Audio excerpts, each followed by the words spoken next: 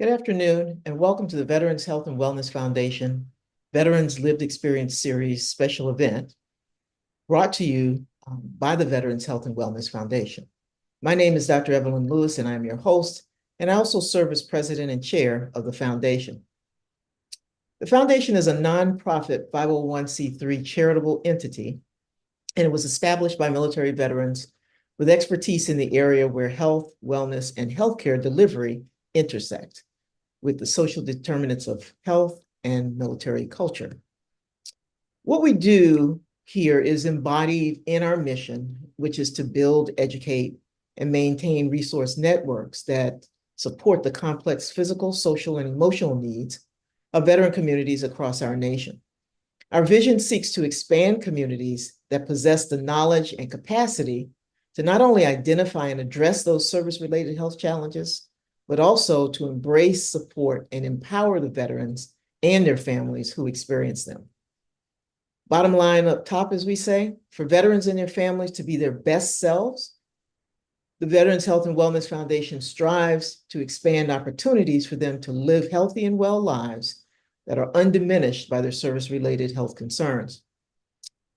Today's topic is, again, Adverse Childhood Experiences, or ACEs, a courageous conversation. But this is part 2. If you can remember from our last conversation, the focus was primarily on the issue of ACEs itself and how it impacted the individual who had experienced them. We discussed how the term ACE is often used interchangeably with the word trauma, but also why research is striving to make an effort to distinguish those two terms. A landmark study, which was published back in 1998, described ACEs as an exposure to 7 types of abuse and household dysfunction, which included things like physical, sexual, psychological abuse, parental substance misuse, parental mental illness, mothers who treated their children violently, and parental incarceration. Prior to age 18, and then since then, other research has showed for the expansion of ACEs to include experiences like neglect, socioeconomic status challenges, parental absence or separations, and removal of the family from their homes. Unfortunately, ACEs are quite prevalent, particularly when the expanded definition of ACEs is used. They've been linked to a myriad of negative outcomes across the lifespan that are more common among military members, things like substance misuse, depression, post-traumatic stress disorder. And so the topic is very important for veterans because there is significant evidence that ACEs are more prevalent among military service members. Multiple studies indicate approximately 1 in 5 service members have experienced moderate to high levels of ACEs. And some suggest that these higher levels exist because voluntary for military service may have been seen as an opportunity to leave those adverse childhood environments to improve one's circumstances. Although that may be true, those who enter the service with a history of ACEs may be at risk for health concerns if exposed to additional military-related trauma. There also is a number of studies that indicate service members who report ACEs are more likely to report post-deployment mental health concerns compared with those service members with similar related trauma experiences, but who do not have childhood adverse experiences. So I mentioned earlier that this was part 2 of our conversation. It's about the impact of ACEs on relationships. Now let's keep in mind that the word relationships is a very broad and inclusive term. And because of that, today we're going to focus on relationships that are primarily with our spouse or partner or significant other. It's critical to remember during this conversation that disrupted attachment patterns resulting from childhood trauma can lead to all kinds of difficulties in forming and maintaining healthy relationships. Adults who experience ACEs may struggle with trust issues, have difficulties in setting boundaries, or engage in self-destructive behaviors. So with this background information in mind, my 3 guests for today, Dr. Nailja Green, excuse me for butchering your first name there. She is an Atlanta-based licensed clinical and community psychologist who writes, speaks, and engages at intersections of individual psychological distress and collective sociocultural oppression. We also have Mr. John Sterling. He's a medically retired U.S. Army non-commissioned officer. He completed his active duty service as military intelligence professional, and he's also served and was certified as an Army Master Resilience Trainer. And finally, we have Mr. Brian Puffer. He has a lot going on in his bio. He's a professional athlete. He's received World Series ring that would later be featured on an episode of Pawn Stars. So I want you to keep that in mind because those two things are indicative, perhaps, of the impact of ACEs on him as an individual. He signed with the Texas Rangers. He played for their Double-A affiliate, the Frisco Rough Riders. After a playoff game, he joined his teammates for a celebratory night out, which led to a night of drinking and poor choices. As a result, he was arrested for intent of crime and sentenced to 5 years in prison. After 3.5 years, he was eligible for parole, was free to start his new life. Today, Mr. Puffer is the co-founder of GPS Legends, where he serves as a coach and major mentor to high school players. It's his story of redemption, and he'll share that with the hope of helping others navigate through the challenges of life and how to feel that God-shaped hole that has a seeking true fulfillment and satisfaction. So think about those things for a few minutes, and I'll begin as we look to take a deeper dive into this conversation and have John start off and give us a little bit more about his background in this partnership between the Veterans Health and Wellness Foundation and his foundation, Alphas and Aces. John. Thank you, Dr. Lewis, and I greatly appreciate once again that very thorough introduction to the construct of ACEs, adverse childhood experiences. As I think back about my own life and that intersection for myself, I realize that the topic we're going to be discussing today is really relevant to why I started Alphas and Aces just 2 years ago in my mind and more like 6 months ago in reality. And that's because I met a guy about 2 years ago who was a recent retiree from the United States Army. He also had recently lost his wife and children, a wife of 31 years, and was frankly in the middle of a midlife crisis that probably came a bit later than he would have ever anticipated happening, if happening at all. And I say I met a guy because that person that I developed a relationship was in fact John Sterling, was in fact myself. I began to understand in a period of time that through the adversities that I was experiencing as an adult, I had to peel back some layers of that onion to find out what actually happened to me that caused so much of the pain and the chaos in my life. And so this episode, I'm greatly appreciative of the partnership with Veterans Health and Wellness Foundation coming alongside. As a veteran, it's really important for us to have this conversation amongst our own cohort, but it's also really important that we realize that there's not a whole heck of a lot of difference when it comes to pain, trauma, and grief in any human being, whether they be civilian or having served our country in the service. And so with that, I will say that this conversation is really going to focus on both Brandon and I's story. Obviously, we have similarities, but there are a lot of differences.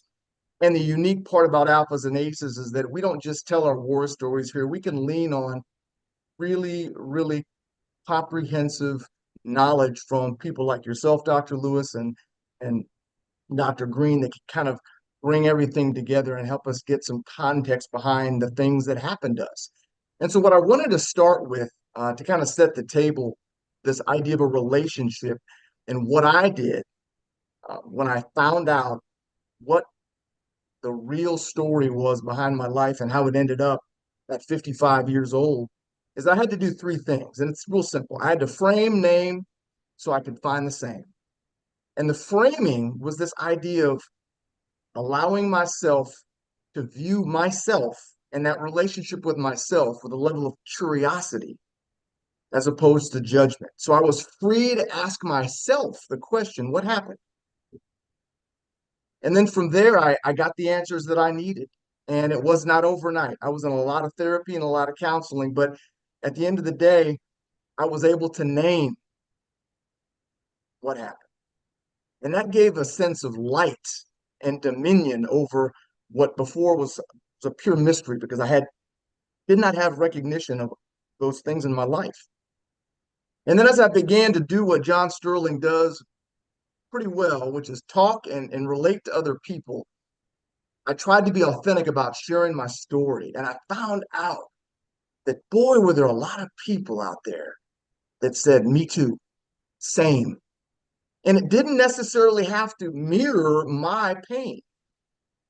I heard from a good friend of mine that I worked with in the recovery space over a year ago this statement. She says, John, you don't have to understand literally what a drug addict or an alcoholic's gone through to understand pain and grief. You have to be a human. And with that statement and with that mindset coming into the space of alphas and aces, where all we do simply is curate conversation that allows for these things to happen in a safe environment where we give permission for people to have this conversation as opposed to shame. So instead of shame, we're all the same. We have a community.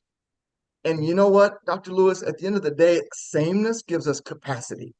It gives us the ability to look to our left and our right and not separate one another, but come alongside one another.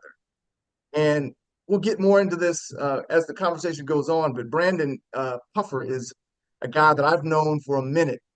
And the irony behind our relationship is that we knew each other way back in the mid 2000s and had no idea about these stories of one another's lives because life hadn't happened to us yet. His life hadn't fallen apart, neither had mine. But now we're over a decade after that first encounter with one another, and we're still the same. And it's a beautiful thing. So, really appreciate Brandon, obviously, Nalaja, for being on this call and looking forward to the conversation. Thank you. I was going to go to Dr. Green next, but I think what I'm going to do is ask Brian if he would speak to who he is, a little bit more about his background, and kind of how he arrived at this place today that aligns with what John was just saying. And then we'll get back with Dr. Green with some additional interesting questions around this. So, Mr. Puffer. Yeah, no, thank you, Dr. Lewis. I appreciate, I'm really humbled and honored to be on this panel and to be able to share. It is Brandon Puffer, not Brian. I wasn't going to do it the first time. It's the second time I had to do it. And I was like, I don't even know who Brandon is. I don't know how I'm going to figure out who Brian is. But no, I appreciate your introduction, Dr. Lewis. I appreciate everything you do. And every time we get together, I learn more and more. But to your question, who I am, obviously, we're all still figuring that out. But I go back to just my childhood. I go back to a childhood, a young man who had a big dream of being a Major League Baseball player. And that was really my focus, right? Like any kid, I just wanted to have fun, play sports, do all the things that fill you up as a young man. And surrounding me were some adverse situations that we talked about. I did experience, an alcoholic father and some anger issues and things of that nature, and also sexual abuse at the hands of some babysitters. And again, just things. And right up front, I just would love to say, we're sharing openly, we're sharing transparently. None of this is a crutch, an excuse for poor behaviors, for these things that would carry out throughout the life. It's more so, how do we give substance to this and go, wait a minute, that probably did affect the rest of my life, and I didn't know it until my life would fall apart. And so I got to experience some of those really big highs, You alluded to a few of them, being a Major League Baseball player, winning World Series, ring with the Boston Red Sox, all these things that I thought would make me happy, would give me peace and joy, and all the things, hey, the American dream is all I ever wanted to be. And I just never found that peace and joy in those moments. And not only that, outside of the field and my focus being so intense on my career, anytime I had to take my mind off of that and really get real with myself, which it's easy to fake the funk for other people. I was doing it when John met me several years ago. I hadn't quite fallen apart yet, so I still had the leader face on and the chapel leader and I all those things. But inside, I was a mess, and that God-shaped hole is the way I express it, like you mentioned in the beginning. And I didn't know why. And so I would chase these bad behaviors. I was always knowing what was right, but doing what was wrong. And it just was so frustrating. And I never really understood it. And then eventually, to your point, I went out, sacrificed a night, saying a little bit of justification. At this point, I had realized I was an alcoholic. I was numbing all my pain, as we do sometimes. And I had not addressed any of the ACEs in my life, any of the adverse childhood experiences at all. I just thought, this is kind of who I am. This is a man. This is an athlete. This is what was modeled by my dad, all these different things. But never did I take a look at how did that affect me. In fact, being trained as you are in the military, John, as I was as a high-level athlete, you're trained to focus on what's right in front of you. What can you control right now? How do you be the best version of you and go compete? So to me, I felt weakness when I could not control my thoughts, my actions, these things that I was partaking in. So fast forwarding to that moment, for me, was the night you mentioned where I got arrested. And at that point, I just thought, okay, I don't handle alcohol well. I need to just quit drinking. I had tried that in the past. And what I found was, through some serious consequences, you alluded to the 3.5 years in prison, I needed a long time out. I always refer to Jonah having 3 days in the whale of a belly. I think God was like, you need a little more time. You need 3.5 years. So that's when I started peeling back those layers and going, wait a minute. It's not just alcohol. It's addicted to promiscuity, sexual activity, to this heightened sense of all of that, to what I've made it, even with spouses, of making it something dirty and vile, and I don't know how to have a healthy relationship with this. And those are things I never was willing to look at. And so as I peeled back those layers, not only during my prison sentence, which fortunately I was able to make good of that, but then even moving forward, when I got out and started my life over, how does this play out from here forward? And I know I'm still growing. I still have more to learn. Dr. Lewis, Dr. Green, every time you guys speak, I'm like, aha, oh, that's still there. So definitely still a journey. But again, honored to be on here, because if I share transparently, if I'm vulnerable, then I know, and I've experienced what John has, other people go, oh man, me too.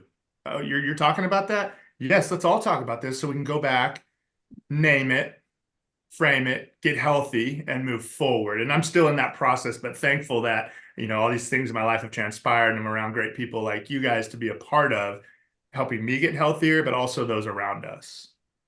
Great, great summary and overview of that journey of yours, Brandon. And thank you for that. And I know we're going to get into a few other pieces of that, but wanted to bring Dr. Green in and just sort of ask her, having heard what John shared with us, as well as what Brandon has shared, what does that look like in terms of the work that you do when you are working with those who have had experiences like these or different, but bring them sort of still along the same path that the two gentlemen here have been talking about?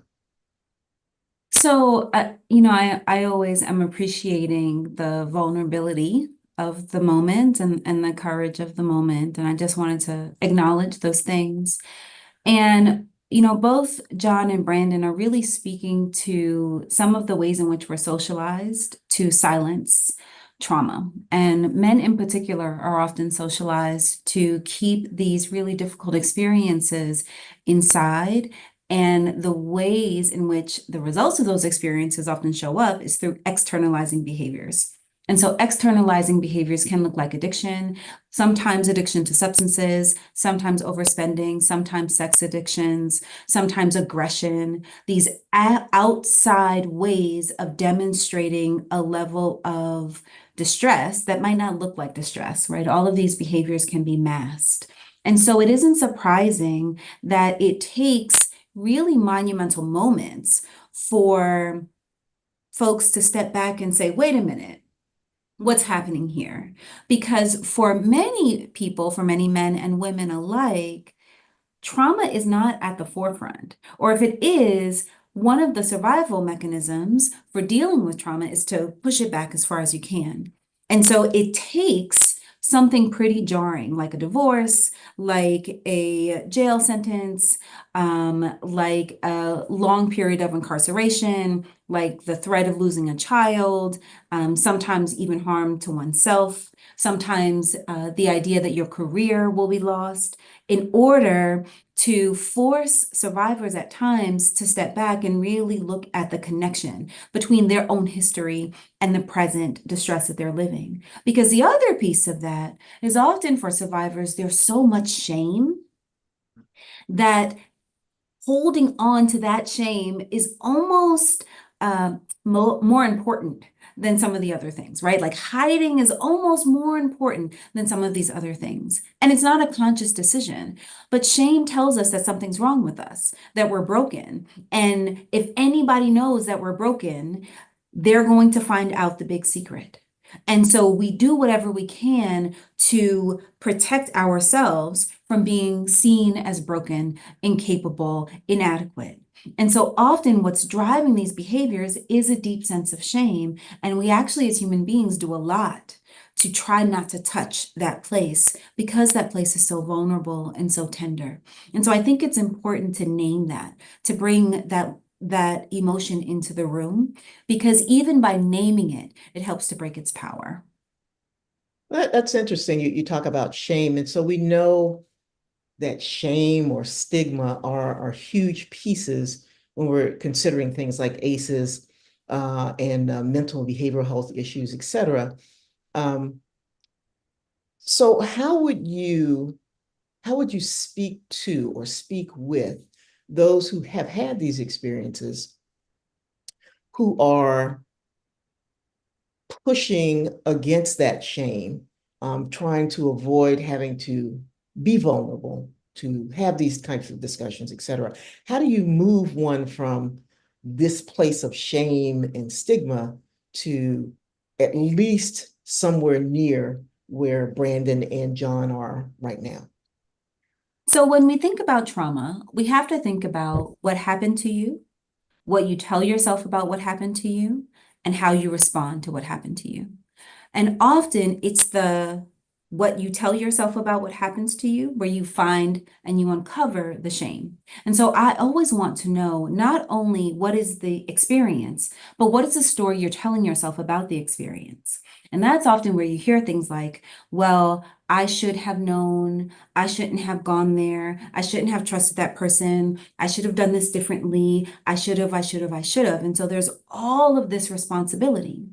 Now, Brandon said something really important when he talked about the relationship between these past experiences and present behavior, and said, I'm not making excuses for bad behavior, but it is important to have context. And I think this is sometimes where we can get caught in the conversation around recognizing shame and the real impacts of experiences, and also being able to be accountable. There's a framework that we use in dialectical behavioral therapy, which is a therapy that was created for folks who have a lot of difficulty regulating their emotions. And one of the assumptions within the framework is the idea that you are not responsible for what happens to you, but you are responsible for your life. And so when we're able to get the story, what are you telling yourself about what happened to you? You can start to tease apart what is your responsibility and what isn't your responsibility. Because often trauma survivors are being overly responsible, even if they don't look like it in their behavior. Inside, they're blaming themselves for what happened to them. Especially when we talk about ACEs, adverse childhood experiences, these children were in the care of adults. And so they could not have been responsible for what happened to them. But the child's brain is trying to rationalize a really sophisticated experience through the mechanisms that that child's brain has. And so the child looks around and says, well, I guess it was my fault. No one else is taking responsibility. I guess it's on me. And as the child grows up with this story, I guess it's my fault, that over responsibility extends itself, extends itself, extends itself. So when we get that story, then we can start to tease apart what you really were responsible for and weren't responsible for then, which can illuminate what you're responsible for and not responsible for now.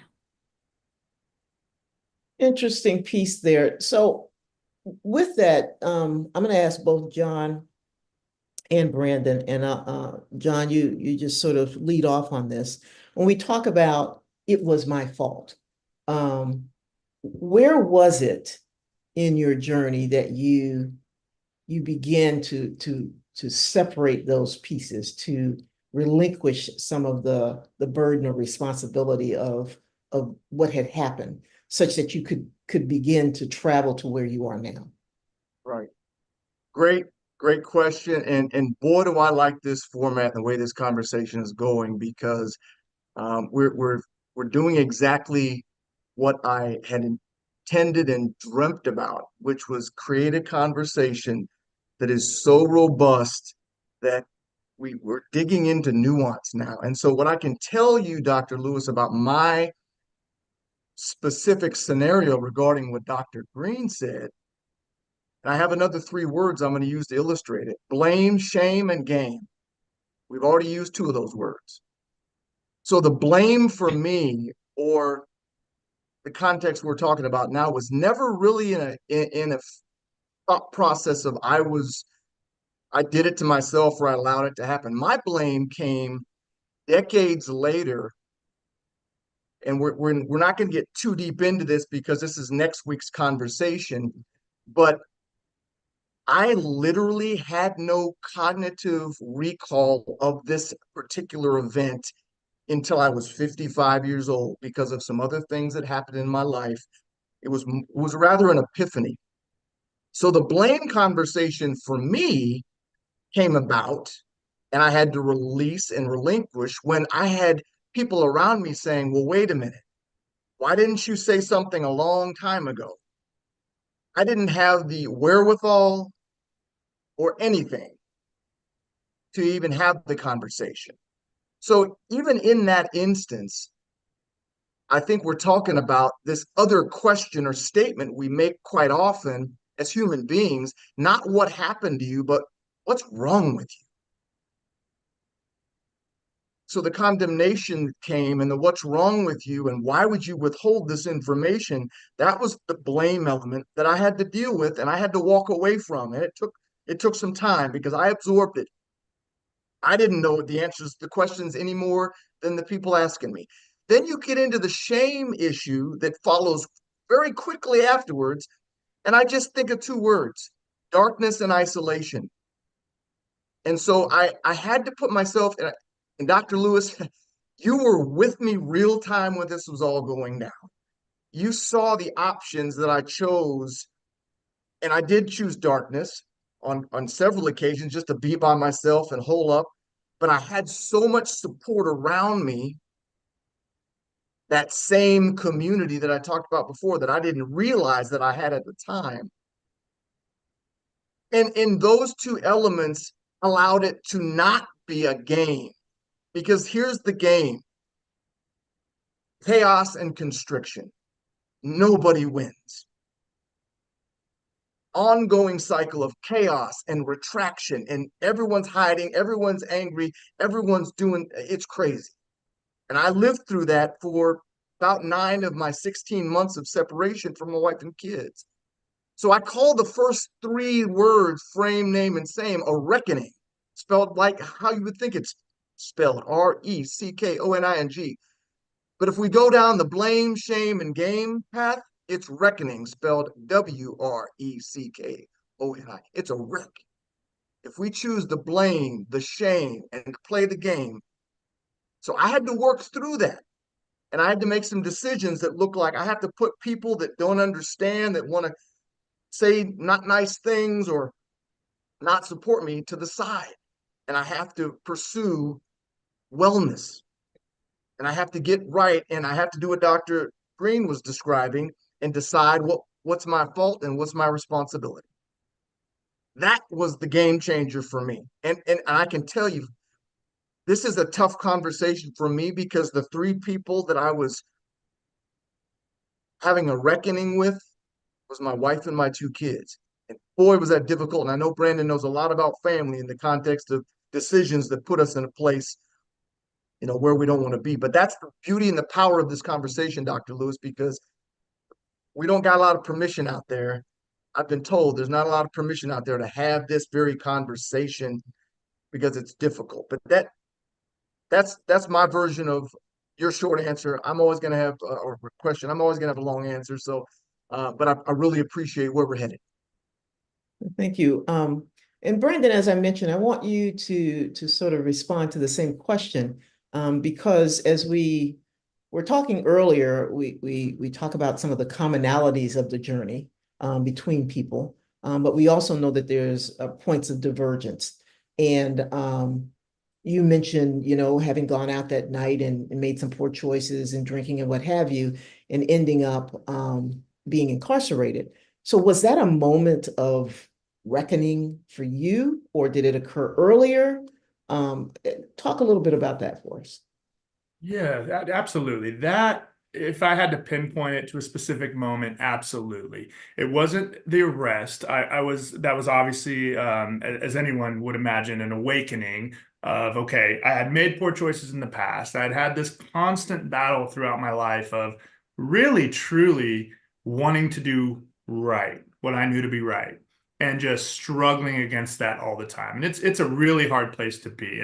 And like John, isolation was a big part of that.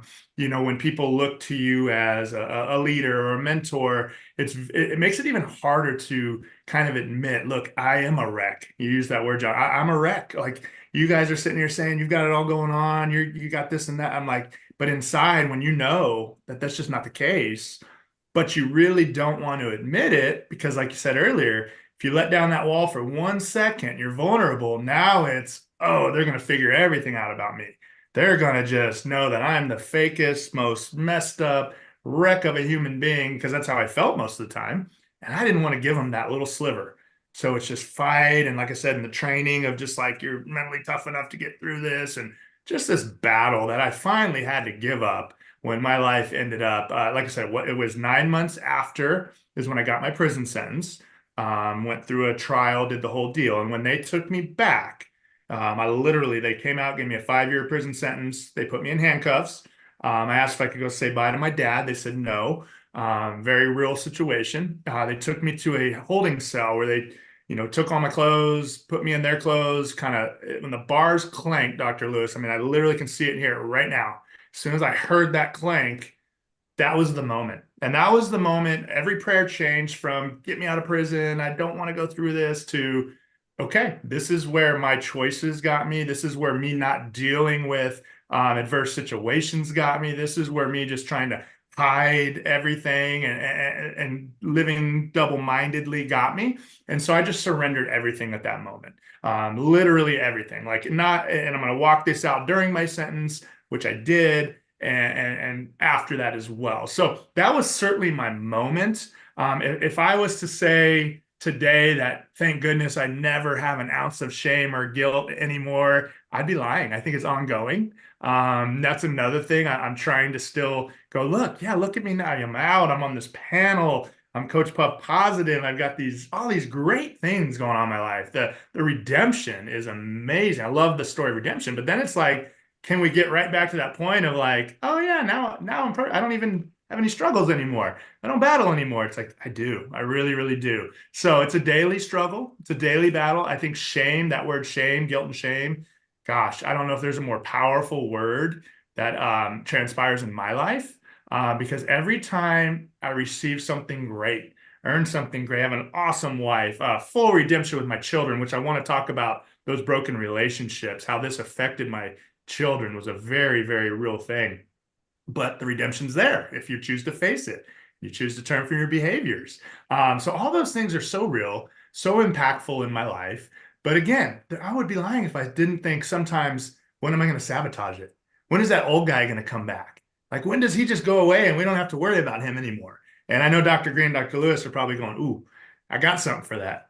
Please, because it's like as good as it gets, there's still that little inkling of like, yeah, but you remember sabotage, right? And so I just want to just keep being vulnerable and transparent to going, look, we're on the panel, like we're talking about this, but don't dare for one moment think, okay, I got it figured out now. Now, that's the part that kind of, has always scared's a tough word for it, but I've been hesitant to just be like, oh yeah, let's go all in. Because then I'm like, oh, you still got that little piece you're holding on to, right? So I would say, to answer the question, it's ongoing. But yes, that moment of my incarceration certainly was the awakening that said, okay, this is where your thoughts got you. This is where your plan got you. This is where you're dealing with this got you. Now it's time to give it up to, for me, a higher power. And not only that, do the work, right? Not just, okay, good. Do the work, figure this out. It's going to be hard. It's going to be ongoing, but keep doing it. So that's kind of where I am today with that regarding your question of when did that moment happen?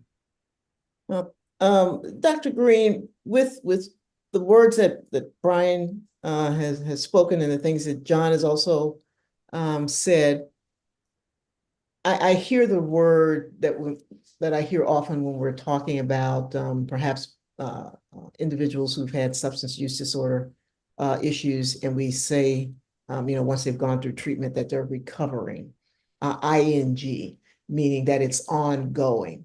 And so how do you help those who are under your care, who've had these experiences and are recovering, meaning that they have identified this shame that we are talking about? It has lifted a lot of the burden off of their shoulders, but as Brandon was saying, he's always kind of looking around and on his shoulders, like, when that other guy coming back? When am I going to mess it up? Those kinds of things. So how do you help them release some of that and continue on this positive portion of their journey? I really think Brandon said it well when he was talking about the ways in which, although there's so much that has changed, there's redemption that has come into his life, there's still this other part. And one of the things that also happens in trauma, especially early trauma, is that there's often a kind of detachment. The clinical term is dissociation, right? And dissociation really means just kind of a separation from, a disassociation. And this can happen along a continuum. And so there are those of us who know about dissociative identity disorder, which is also seen as or termed as multiple personality. That's one end of the spectrum where a person is so disconnected from other parts of themselves that it really seems like they're different personalities existing in one person. But there's a whole lot of other ways that we can become disconnected, even having the experience that there's this other part, and this other part is either the real one or like the sabotaging part. And what I like to do when I talk to people about their different parts is to recognize the function of each of those parts. That maybe we don't have to push away any of our parts. Maybe instead we can welcome them, and we can recognize that all of these parts come from somewhere, and they are all actually interested in the best possible outcome for the whole. It's just that they might be holding different parts of our story. They might feel like different ages. They might feel like different urges, right? Like there's the part that's wild and like doesn't care about rules, but then the other part that's like really faithful and committed to something. And when we separate the parts, that actually is a much more dangerous place to be, because they don't actually go anywhere. They're still there. And when we don't pay attention to them, they actually are more in control of our behaviors than we might imagine. But when we bring everybody into the room and we all sit around the table and say, okay, well, what do you need? And what do you need? And what do you need? And what do you need? And what do you need? And I'm actually the one in charge. I'm the adult, I'm the confident one, I'm the courageous one, I'm the one who has perspective, I'm the one who is clear about what I'm responsible for, what somebody else is responsible for. I'm the one that's in charge, but I can still pay attention, right, to these other parts of myself. When we do that, it actually makes it less likely that we're going to sabotage anything because we're in control and we're taking care of the parts of ourselves that are still hurting, the parts of ourselves that are still afraid, the parts of ourselves that are really triggered by vulnerability. You know, Brandon, when you talked about accepting the redemption, sometimes I think we get into the place where we think about trauma triggers as only being negative things. But sometimes, and especially in the context of relationships, trauma triggers can actually come through circumstances that might seem positive and connecting. Vulnerability and intimacy can absolutely trigger traumatic memories and feelings and experiences. So someone says, I love you. That seems like, oh, we really want to hear that. But if someone says, I love you, and I love you in the past has been associated with harm, then I love you is scary.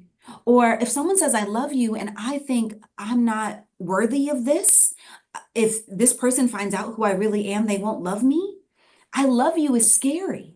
And so I think we also, especially in the context of relationships, have to think about the ways in which intimacy, and not just physical intimacy, can be a trauma in and of itself, and how that is connected, right? Moving through those triggers, being able to lean into vulnerability, being able to lean into intimacy is a part of recovery. Yeah, that part is interesting. Again, we've heard a little bit from John about the impact of this on his family and how it led to separations and what have you. Brandon, would you give us a little bit of perspective on how this impacted your relationship? You talk about having, wonderful wife and what have you. Has that always been there? If not, how did you get back to that place? Yes, I'd be happy to. Just even going back further than that in relationships, I think I've always been kind of emotional. Like I get offended really easy. I think it's all like just a lot of walls go up for me in relationships. I think a lot of it can be attributed to, ACEs certainly, and not dealing with them appropriately. But so relationships have always been tricky for me. I'm very, very, very, very loyal. I know Dr. Green mentioned this before. But then if there's any inkling of I don't know if I can trust you, then I'm black and white. It's like you're pushed away, you're out, you're done. I can't deal with this. So relationships in general have struggled through that, right? I've had some great ones and then some that fall off, and it's like, wow, you're gonna hold this against them for that long, right? So just relationships in general, but then also through my choices and my consequences. Yeah, the relationships I think about my children and not just my children, but my parents and my brother and his family and anyone who has been in my corner throughout my career, and you feel like you let them down when something like this happens, and you do to an extent you do. And so with my kids in particular, this is the one that hits hard for me, and I use it as actually a really strong encouragement to people. I get an opportunity to sometimes go speak in the prison system and things of that nature, just people that are facing hard times. And I just go, look, I'm telling you, from my experience, it does not matter how detached it gets. And it got so detached for me that with my two daughters, they were in the care of their mother at the time. My son was in the care of my parents. So I had weekly phone calls. We kind of got to keep in touch over the 3.5 years. With my two daughters, I mean, they're my princesses. They're my everything. And I couldn't so much as hear their voice on the phone. I'm writing letters. I'm not really getting responses, very sparingly. And I just had to keep the faith of just keep showing your love. Just keep doing it. Just keep doing it. To the point where about 2.5 years into my sentence, their mom got in a situation where she turned the phone system on from prison, and I got a letter saying I could talk to them. Oh my goodness. And so after 2.5 years of not hearing their voice, and my Ashton, my baby, was a baby when I went in, I got on the phone with Morgan, who is now 20-something years old, a nurse, has a grandson, or she has a son that's my grandson. And if you saw us together, you would just be like, there's no way they didn't speak for 2.5. They're like, it's not possible. I mean, it's just amazing, right? The redemption. But the real part was she said to Ashlyn, the baby, "Hey, Ashton, do you want to get on the phone with Daddy?" And Ashton said, I'll never forget the words. We talk about it all the time because how powerful. She said, "That's not my daddy, Morgan. That's your daddy." And I was just, I mean, you can imagine, right? I mean, every time I say it, it's like, ah. But it was like, oh my goodness, you can't be more detached. Like you couldn't. And you look at Ashton and I now in our relationship because I chose to face up to, some of these things and not just the aces, but the behaviors that I was responsible for, humble enough to turn from those and realize now they've accepted me back. And like I said, you would just never, ever believe that story if you saw us together today. There's no way. I mean, people do it. They're like, that's not possible that you have this kind of relationship with your kids and you had nothing to do. And so, but back to me being, you mentioned having an incarcerated parent. That's the story of my children. I missed most of my son's high school. We talked about his high school sports all the way growing up when I coached him, and I wasn't there. I was not present for any of that. And thank God we have a great relationship as well now. But the reality of that is my choices, my not healthily, I think that's a word, dealing with the aces. I know we've made some words up in the past, so I'm going to go with it. I know that was a big part of it. And there were warning signs all the way around. Didn't have to go to that point. Everyone's rock bottom's different, right? I can look back at other moments and go, if I would have paid attention there, if I would have got it there, then it wouldn't have had to be so severe. But it was. And so now what do we do with it? And so, yeah, I mean, the biggest thing for me is how it affected my children. Mostly not just kind of dealing with me as a dad who was sometimes sober and great and there, and sometimes distant and traveling and going out and making poor decisions, but also literally not present at all for 3.5 years. And then how that affected them. So yes, it's had a huge adverse effects on me and my family, and that can go out as wide as I have a awesome, wonderful, beautiful wife. It's my third wife, right? I have two failed marriages as well. So just that, we're gonna get it. We're gonna keep getting better and improve and pour into what's right in front of us right now, and to avoid those past behaviors. Well, that was quite interesting there. And as you were talking, I was thinking about John's situation, which is, as we know, a little bit different because yours, like you mentioned, that incarceration piece was what sort of strained the relationships primarily that you were talking about. And with John, it was a little bit different. And so for you, John, could you talk a little bit? We talked about dissociation and what have you. I mentioned earlier about disrupted attachment patterns as a result of childhood trauma, and how that could lead to difficulties in forming and maintaining healthy relationships. People oftentimes will struggle with trust issues, setting boundaries, self-destructive behaviors. Were any of those things a part of the issues that led to what happened with you and your family, in particular between you and your wife? Absolutely, Dr. Lewis. And matter of fact, I had no problem with boundaries. I was setting them up left and right. You couldn't get to me. Emotionally, I was what I call that Heisman distance, right? I always had my arm out, right? Stay away from me.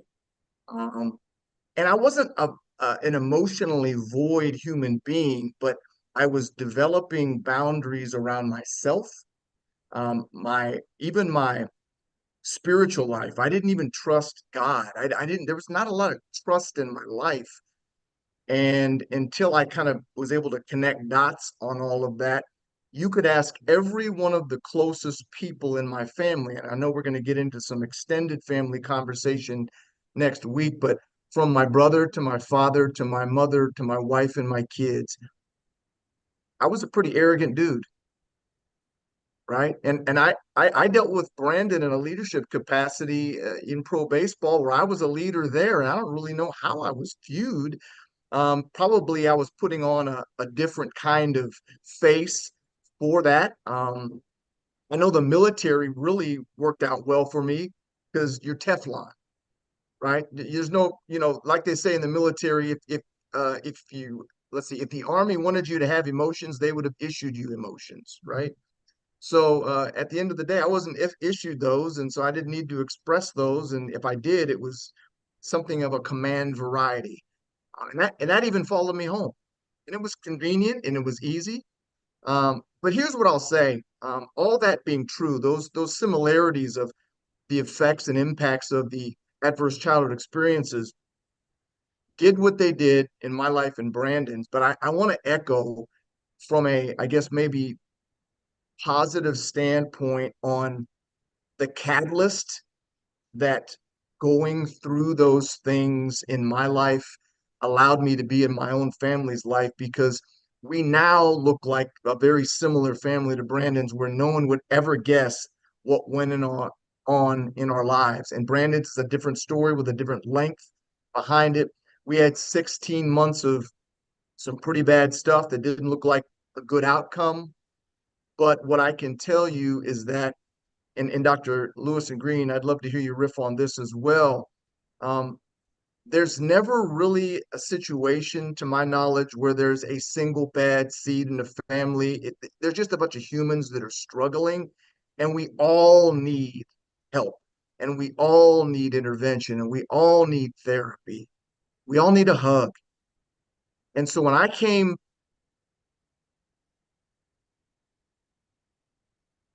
to the conclusion I needed to handle my business, I had a wife and kids that were willing to handle their business. I had a mother and a father that were 80 years old that were willing to divulge their business and handle their business. And this was on my mother's deathbed. She died 2 months after I told our family about all this stuff. And it has cascaded the most amazing set of circumstances to the positive, changing trajectories and legacies, because I put in some work that I didn't even think I was capable of. Because trust me, I didn't trust anybody. So the last thing I was going to do was reach out to a therapist or a counselor and put my stuff on the table, but I had to do that. And it has yielded something that I heard about, but I didn't think was possible. How can you be more in love with and more satisfied with your marriage 35 years in than you were back when it was all unicorns and lollipops and you didn't know the difference? But that's the reality. And so when I say these things, I say them to people, and that's what Alphas and Aces is at the end of the day trying to do, is create a conversation that's got the reality and the gravity of what's going on, but there's a whole lot of hope out there. But it looks like dudes like Brandon and John Sterling having this conversation and making it okay. So Dr. Green, there was something John said there that I kind of want to hear your thoughts on, where he was saying there's no real sort of bad seed in the family. You know, everybody needs counseling. We all need a hug. The first time I actually heard a lot of people sort of forming around words like that was during COVID. You know, they talked about how, you know, that isolation put people in places where we all sort of needed to have a conversation. We needed a hug. We needed counseling and outside help. As we look at this topic and the things that we've talked about today, where does that put us? We focused on relationships, primarily, you know, spousal relationships. We talked a little bit about the issue with relationships and the children, and we know that we're going to transition in part 3 and talk even more completely about that relationships as it spans across, you know, children, spouses, even other distant members of the family, how these kinds of revelations impact those additional relationships. But as we talk about that, there's no bad seed, that we all sort of need this counseling, this help, the ability to have these conversations. How do you see that being received, if you will, by the folks that we're talking about. And the folks that we're talking about is all of us. Everything happens in community and everything happens in context. And so sometimes in our desire to solve the problem, we point a finger and say, well, this person, right? It was this person's fault. They're the bad person. If we can just fix them, then we don't have a problem. But what we're not paying attention to is how this person became to be that person, and who are the people that were connected to that person that knew about the behavior or supported the behavior or ignored the behavior or engaged in the behavior with that person, right? And then the context outside of that, when we're thinking about, well, what kinds of experiences informed the way these people, the way the system works. And I think it's really important to expand out our notion of who is capable of what and how much we place blame and responsibility in such a judgmental way. The idea that there are bad seeds and there are good seeds, I think really oversimplifies the human experience. I always tell my students, human beings are capable of incredible beauty, creativity, redemption, resilience, and they're also capable of terrible things. And that's not saying these particular human beings are capable of this and these particular human beings are capable of this. It's human beings, it's humanity. And put a human being in any given circumstance, and one of our superpowers is that we adapt. We adapt to that which is healthy and nourishing for us, but we also adapt to that which is not. And so our behavior is responsive to the environments that we're in. And I think that's really important when we think about having these kinds of conversations with extended family, when adult children are going back to parents, right? Like what John was talking about and saying, hey, this happened to me. Because if we go from the perspective of, it was your fault, mom, it was your fault, dad. It was your fault, uncle. It was your fault, aunt, for not paying attention, for not protecting me, for not being there, for doing this thing. And we don't pay attention to context. I think that makes it actually harder to have the difficult conversations that we need to have. If we're honest, many of us are living the legacy of intergenerational trauma.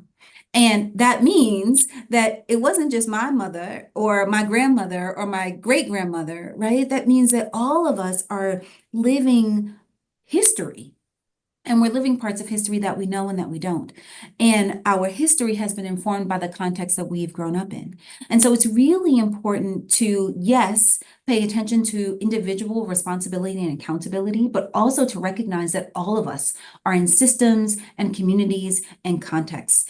And human beings are really, really influenced by those systems, communities, and contexts. And so we have to extend the conversation about illness, but also about healing and recovery beyond the individual and beyond blame. I also wanted to just speak to something that John was saying. There's a term for what we're talking about. There's a term for the resilience that is coming out in both your and Brandon's story. There's a term for falling more in love with life and with your spouse. We call that post-traumatic growth. We often talk about post-traumatic stress, but there is also post-traumatic growth. And post-traumatic growth says this traumatic experience or these traumatic experiences actually put me on a path where I feel stronger, I feel more connected, I feel like I have a better and clearer sense of myself. I have a different perspective of myself and my life and my community and my relationships. It is a real thing. And so I also think we can introduce that language into this conversation. Wow, that was just a perfect note to sort of close our conversation for today. That post-traumatic growth. And I want people to sort of absorb those words and remember them as we move into part 3 down the line here. We'll be talking about relationships in a bit more depth, as I mentioned, in a bit more broader sense, and how post-traumatic growth has influenced those relationships. Sometimes it will be positive because they will be received well by those others. Sometimes it won't be received well. And then there are consequences around that. But in the meantime, think a little bit more about what we've talked about in these first 2 events. in these first two conversations. And we are hoping that you will join us for part 3, where we'll get, as I mentioned, a bit more deeper into the relationship piece. Keep in mind that we'll be talking again about athletes, about veterans, about alphas, and about ACEs. And so, again, we thank you for joining us today. We're hopeful that the information we've shared, the conversation that we've had, will be helpful to you all who are listening, or to someone who you may know who needs to hear more about what we were talking about today. So with that, I'll say thank you again for joining us. We look forward to having you join us for part 3, and have a fantastic rest of your week. Thank you to my guests. I look forward to continuing this dialogue with you all also. And that's goodbye for now. Take care, everyone.